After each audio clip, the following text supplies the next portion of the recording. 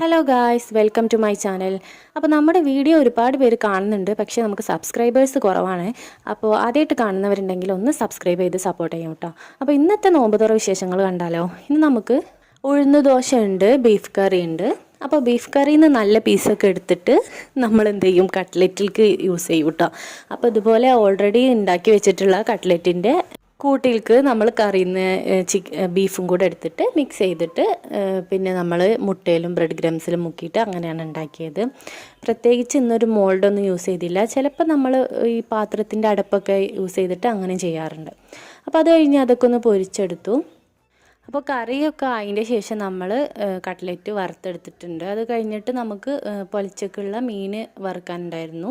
അപ്പോൾ ഇന്ന് നോമ്പ് തുറക്കാൻ പൈനാപ്പിൾ ജ്യൂസ്, ബത്തൊക്കെ ഉണ്ടായിരുന്നു. അത് എന്നത്തെയും പോലെ നാരങ്ങ വെള്ളം, ഫ്രൂട്ട്സ്, കട്ട്ലറ്റൊക്കെ ആയിരുന്നു ഉണ്ടായിരുന്നത്. അപ്പോൾ ഓക്കെ, ബൈ.